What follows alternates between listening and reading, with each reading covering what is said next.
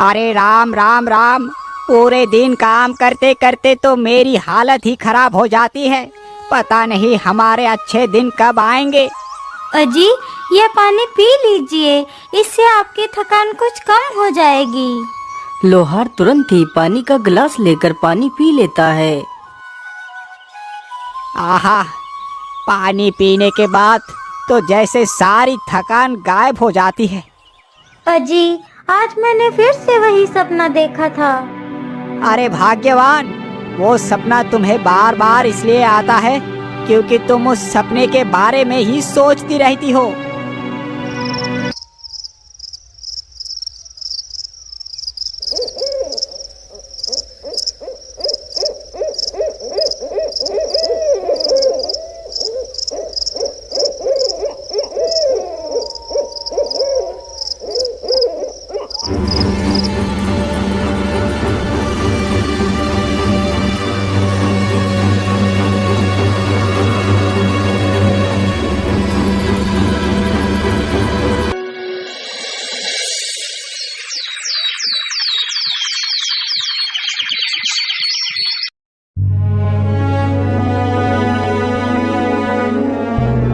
अरे भाग्यवान, अब और कितना सोओगी? चलो उठ जाओ, सुबह हो गई है। इतना सुनते ही लोहारिन की नींद खुल जाती है और वह उठकर खड़ी हो जाती है। अरे भाग्यवान, क्या बात है, आज तुम इतनी देर तक सोती रही? अजी, आप मेरी बात क्यों नहीं मानते? आज मैंने फिर से वही सपना देखा। मुझे लगता है मुझे ये सपना ऐसे ही नहीं आ रहा, इसके पीछे जरूर कोई कारण है। आप मेरी मानो तो आज आप जंगल चले जाओ और जंगल में से उस चमकीले अखरोट को तोड़ कर ले आओ। मैं उस अखरोट को खाऊंगी। अच्छा अच्छा, ठीक है भाग्यवान, मैं अभी जाता हूँ और तुम्हारे लिए वो अखरोट लेकर आता हूँ। इतना सोचकर लोहार अखरोट लाने के लिए चल पड़ता है।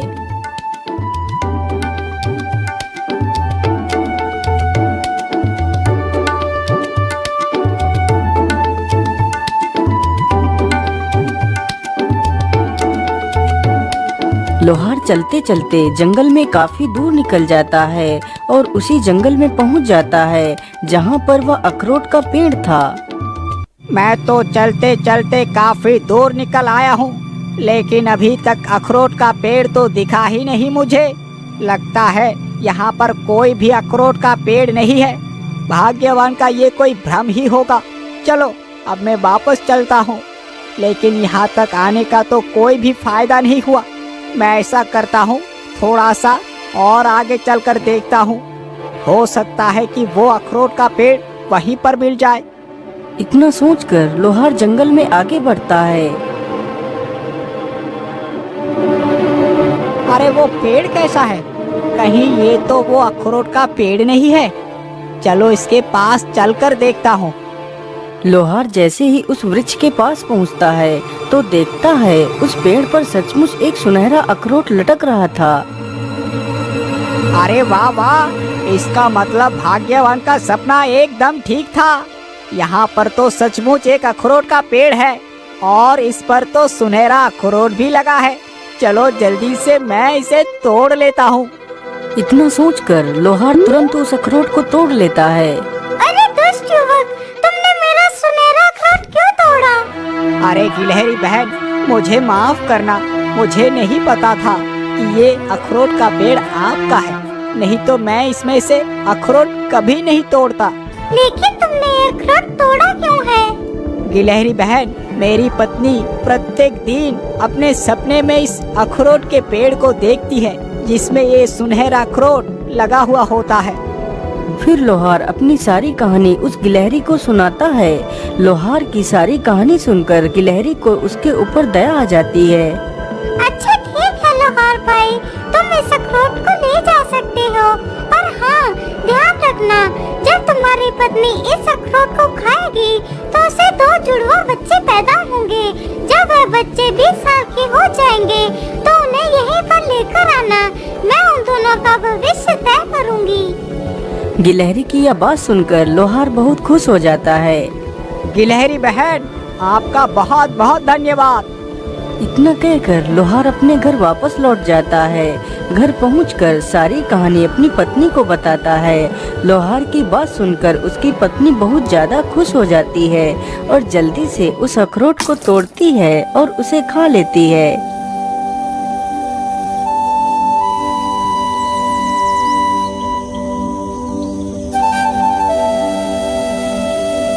लोहार को इसी प्रकार काफी दिन गुजर जाते हैं। 10 महीनों के बाद लोहार की पत्नी ने गिलहरी के कहे अनुसार ही 2 पुत्रों को जन्म दिया। पुत्र की प्राप्ति के बाद लोहार और लोहारिन बहुत खुश हो जाते हैं।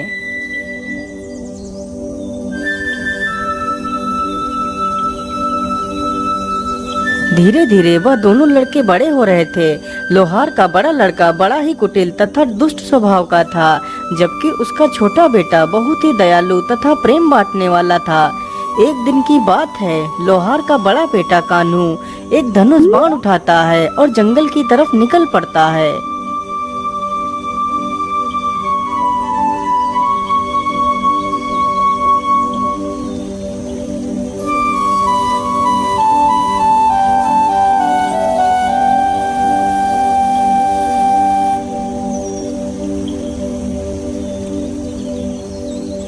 वह चलते चलते जंगल में काफी दूर तक निकल जाता है। तभी उसने देखा एक पेड़ पर एक कबूतर और कबूतरी बैठे हैं। अरे वाह, शिकार तो सामने ही है। चलो जल्दी से अपना धनुष संभालता हूँ और इन पक्षियों पर निशाना लगाता हूँ। तीर जैसे ही कमान से छूटता है तो सीधा जाकर कबूतर के लगता है। कबूतर तुरंत ही जमीन पर गिर जाता है। अरे दुष्ट, तूने ये क्या किया? तूने मेरे पति को तीर क्यों मार दिया? मैंने तेरा क्या बिगाड़ा था? अरे मूर्ख चिड़िया, तू अपनी जुबान कुछ ज्यादा ही चला रही है। रुक, मैं अभी तुझे मजा चखाता हूँ। इतना कहकर वह अपना तीर उस कबूतरी के ऊपर तान देता है। रुक जाइए भैया, आप ये क्या कर रहे हैं? आखिर आप इन मासूमों को क्यों मार रहे हैं? आखिर इन्हें मारकर आपको क्या मिल जाएगा? तू हट जा प्रेम, आज मैं इस चिड़िया को जीवित नहीं छोड़ूंगा। नहीं भैया, इस चिड़िया को मारने से पहले आपको मुझे मारना होगा, तभी आप इस चिड़िया को मार सकते हैं। चल चल ठीक है, तेरी वजह से आज मैं इन दोनों को जीवित छोड़ रहा हूँ, नहीं तो आज मैं इस चिड़िया को मार ही डालता। इतना कहकर कान्हू वहाँ से चला जाता है। अरे आपको तो बहुत ज्यादा चोट आ गई है। रुको, मैं तुम्हारा तीर निकाल देता हूँ और तुम्हारे घाव के ऊपर दवाई लगा देता हूँ, जिससे तुम जल्दी ही ठीक हो जाओगे। फिर प्रेम कबूतर के तीर निकाल देता है और जल्दी से कुछ दवाई की पत्तियां तोड़ता है और कबूतर के घाव पर लगा देता है।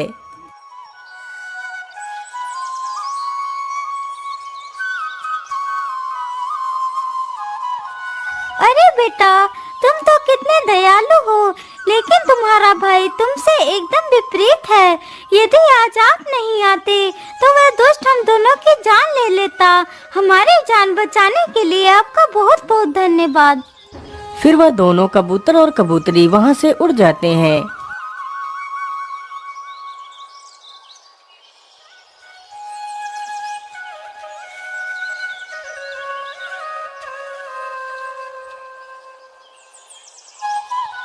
अरे बेटा, आज तुम दोनों को मेरे साथ जंगल में चलना है।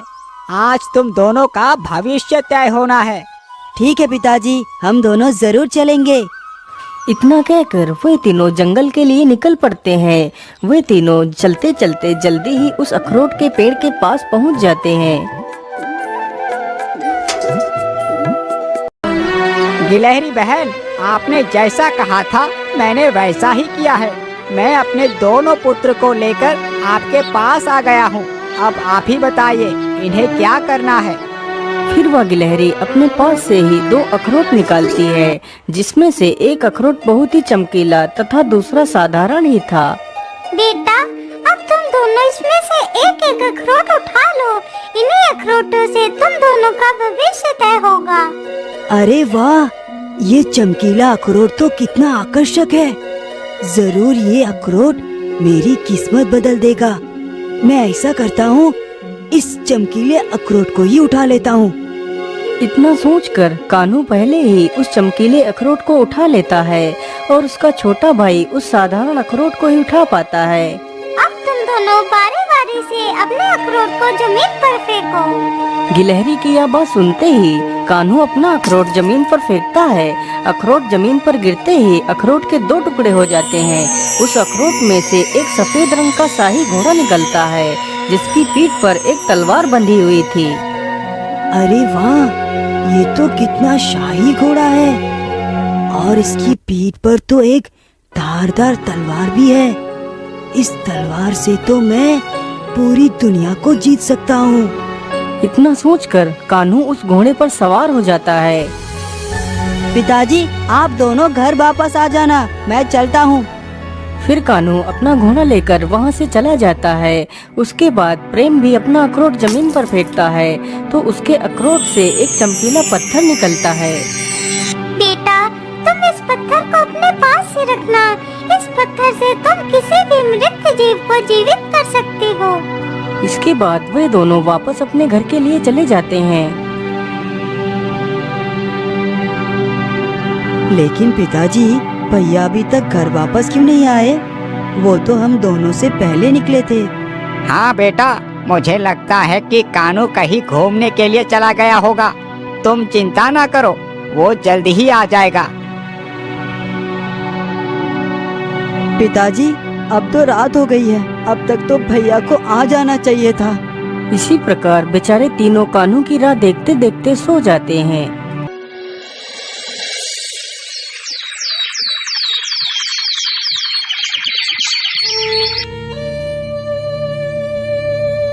अजी, कहीं हमारा बेटा किसी मुसीबत में तो नहीं फंस गया? अब तक तो उसे आ जाना चाहिए था। हाँ भाग्यवान, तुम बिल्कुल ठीक कहती हो। मुझे तो लगता है मेरा पुत्र जरूर किसी मुसीबत में फंस गया होगा। भाग्यवान, तुम बिल्कुल भी चिंता ना करो, मैं आज ही अपने पुत्र को ढूंढने के लिए जाता हूँ। इतना कहकर विनोद निकल पड़ता है। वह गांव में कई सारे लोगों से कान्हू के बारे में पूछता है, लेकिन कान्हू का कोई अता पता नहीं था। वो पूरे जंगल में इधर उधर घूमता है, लेकिन उसे कान्हू कहीं भी नहीं मिलता। लोहार और लोहारिन तथा वह लड़का तीनों बहुत चिंतित थे, लेकिन कान्हू का कोई भी पता नहीं था। आखिर कान्हू मिलता भी कैसे? वह तो घोड़ा और तलवार पाकर अहंकार से भर चुका था, इसलिए वह कुंभल राज्य पर आक्रमण कर देता है। तो राजा के सैनिक उसे बंदी बनाकर कारागार में डाल देते हैं।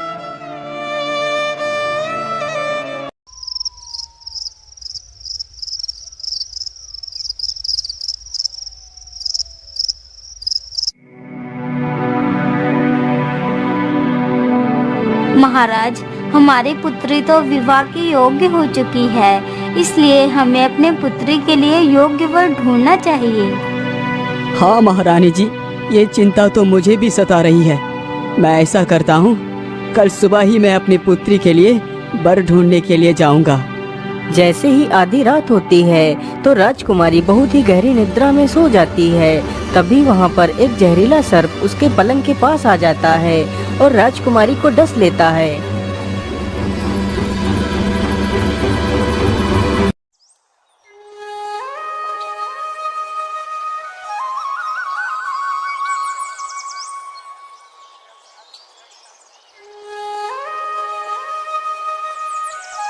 अरे पुत्री, उठ जाओ, सुबह हो गई है, तुम इतनी देर से सो रही हो।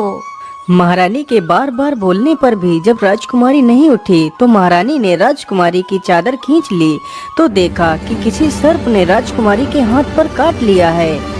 हाय राम राम राम, ये क्या हो गया मेरी पुत्री को? महाराज जल्दी आइए, हमारी पुत्री को किसी जहरीले सर्प ने काट लिया है।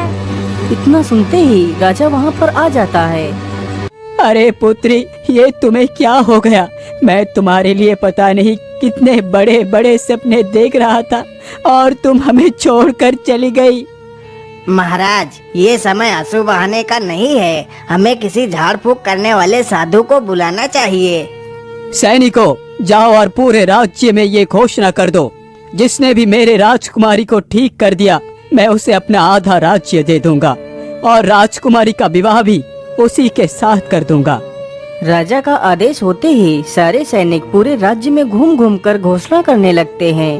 सुनो सुनो सुनो, राजा की पुत्री को एक जहरीले सर्प ने काट लिया है, जिसकी वजह से राजकुमारी की मृत्यु हो गई है। यदि कोई इंसान राजा की पुत्री को ठीक कर देगा तो राजा उसे अपना आधा राज्य दे देगा तथा राजकुमारी का विवाह भी उसी युवक के साथ कर देगा। सुनो सुनो सुनो, राजा की पुत्री को एक जहरीले सर्प ने काट लिया है, जिसकी वजह से राजकुमारी की मृत्यु हो गई है। यदि कोई इंसान राजा की पुत्री को ठीक कर देगा तो राजा उसे अपना आधा राज्य दे देगा तथा राजकुमारी का विवाह भी उसी युवक के साथ कर देगा। लोहार के बेटे ने जैसे ही यह बात सुनी तो वह मन ही मन बहुत ही खुश होता है और सारी बात अपने पिता को जाकर बता देता है। अच्छा ठीक है पिताजी, अब मैं चलता हूँ। इतना कहकर प्रेम वहाँ से निकल पड़ता है और जल्दी ही राजमहल में पहुँच जाता है। महाराज, यदि आपकी आज्ञा हो तो मैं राजकुमारी को जीवित कर सकता हूँ। हाँ हाँ युवक, क्यों नहीं। अभी तक तो इतने सारे लोगों ने कोशिश की है, लेकिन कोई भी मेरे पुत्री को ठीक नहीं कर पाया है। अब तुम भी प्रयास करके देख लो। राजा की आज्ञा मिलते ही प्रेम अपना वही चमत्कारी पत्थर निकालता है और राजकुमारी के माथे पर उस पत्थर को स्पर्श करा देता है। पत्थर के स्पर्श होते ही राजकुमारी के अंदर फिर से प्राण आ जाते हैं और राजकुमारी पुनः उठकर खड़ी हो जाती है। यह देखकर सभी लोग खुश हो जाते हैं और बड़े ही धूमधाम से दोनों का विवाह करवा देते हैं। अब तो प्रेम खुद एक राजा बन चुका था। महाराज, आज आप इतना दुखी क्यों लग रहे हैं? क्या बात है? कुछ नहीं राजकुमारी जी, आज मुझे मेरे भैया की याद आ गई थी। पता नहीं वो कहाँ होंगे और किस हालत में होंगे। मैंने उन्हें ढूंढने की बहुत कोशिश की, लेकिन वो कहीं नहीं मिले। फिर प्रेम अपनी सारी कहानी राजकुमारी को बताता है। लेकिन स्वामी, आज से कुछ महीने पहले ही एक ऐसा ही युवक आया था और उसने हमारे राज्य पर आक्रमण किया था, तो हमारे पिताजी ने उस युवक को बंदी बनाकर कारागार में डाल दिया था। प्रेम ने जैसे ही यह बात सुनी तो वह तुरंत कारागार के पास जाता है तो देखता है उसका बड़ा भाई कारागार के अंदर बंद है। भैया, आप इस कारागार के अंदर कैसे आ गए? कान्हू ने जैसे ही यह बात सुनी तो वह तुरंत उठ खड़ा होता है और सामने देखता है तो उसका छोटा भाई खड़ा होता है। अपने छोटे भाई को देखकर कान्हू रोने लगता है। भैया, मुझे माफ कर दो, मैं बहुत बुरा हूँ। मैं हमेशा तुम्हें छोटी छोटी बातों पर धिक्कारता रहता था। अहंकार में मैं अंधा हो चुका था।